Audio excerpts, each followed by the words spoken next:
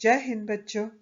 आज हम पढ़ने जा रहे हैं आपके माध्यमिक शिक्षा मंडल मध्य प्रदेश की वेबसाइट में जो क्वेश्चन बैंक दी हुई है उसमें आपकी क्लास 12th के लेसन नंबर 5 जो कि आपकी बुक विस्टार्स में है। लेसन का नाम है should wizard hit mommy.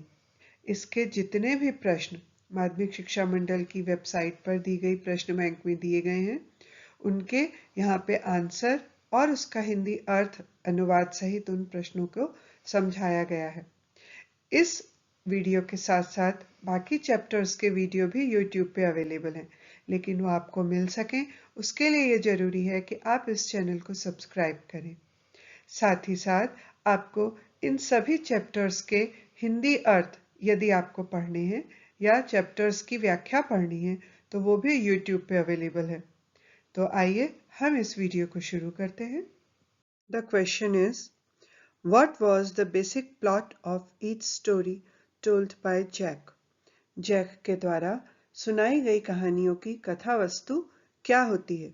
And the answer is in each story Jack told to his daughter the main hero of the story was always a small creature named Roger.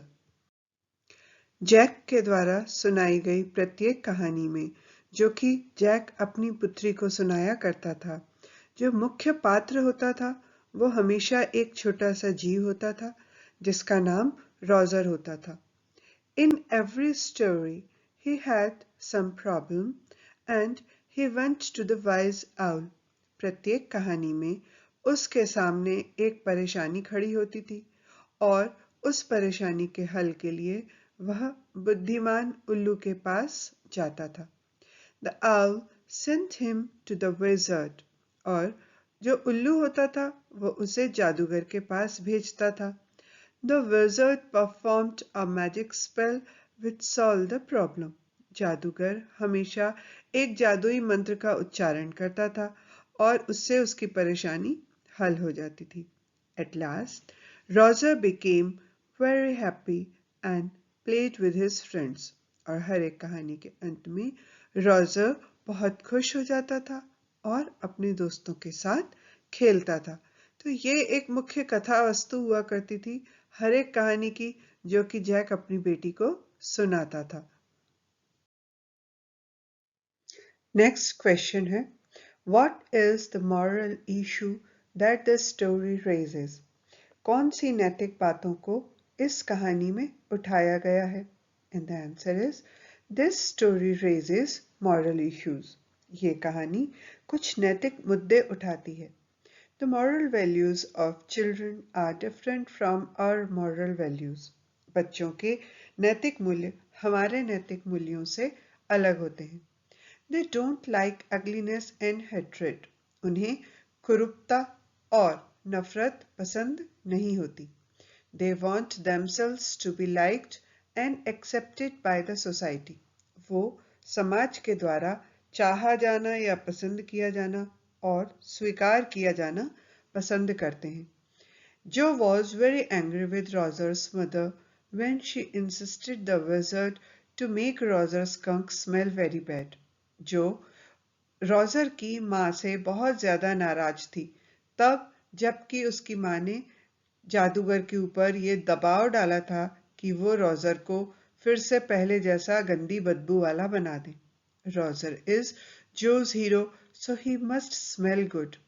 क्योंकि Roger जो था वो जो की कहानी का हीरो था इसलिए वह ये चाहती थी कि उसमें से अच्छी खुशबू आए, क्योंकि बुरी खुशबू के कारण रॉजर स्कंक के दोस्तों ने उसे अस्वीकार कर दिया था और उसके साथ खेलने से मना कर दिया था। Why is an adult's perspective on life different from that of a child? एक बच्चे के बजाय एक वयस्क का जीवन के प्रति दृष्टिकोण अलग क्यों होता है? And the answer is an adult's perspective on life is different from that of a child's because an adult develops his own likes and dislikes.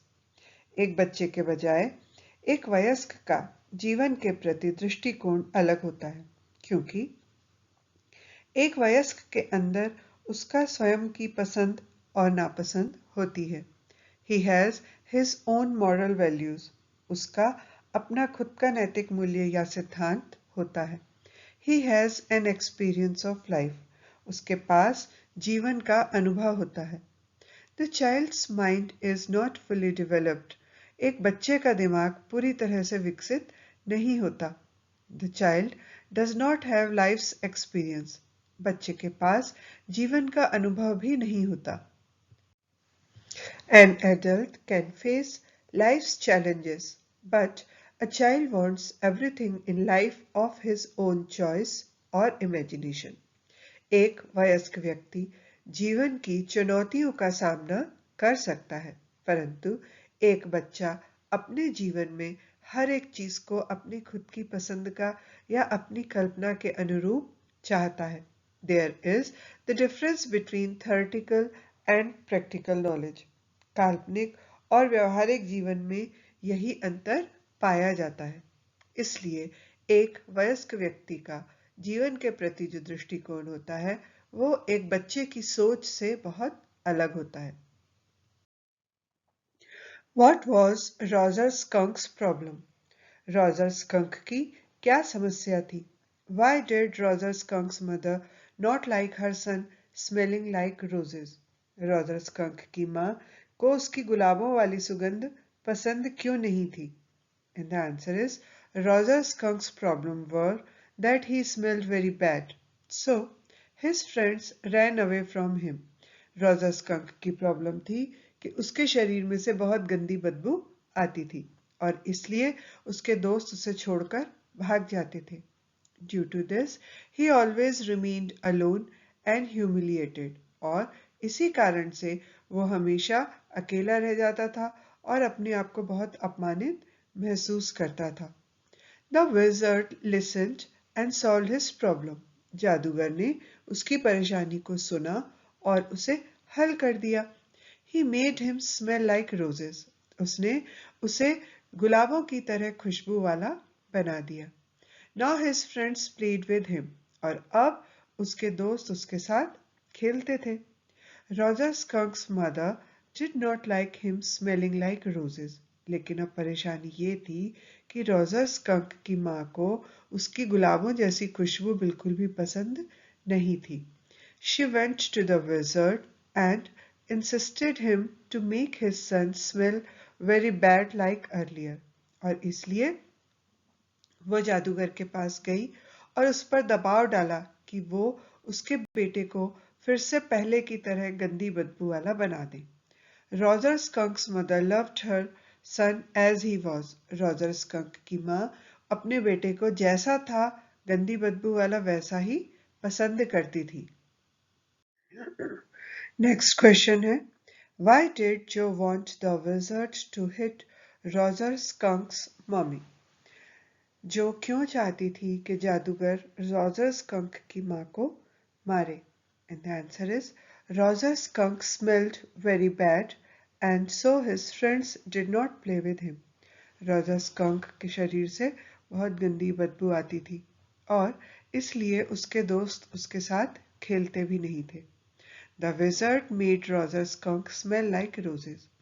जादूगर ने रॉजर स्कंक को गुलाबों की तरह खुशबू से महकता हुआ बना दिया।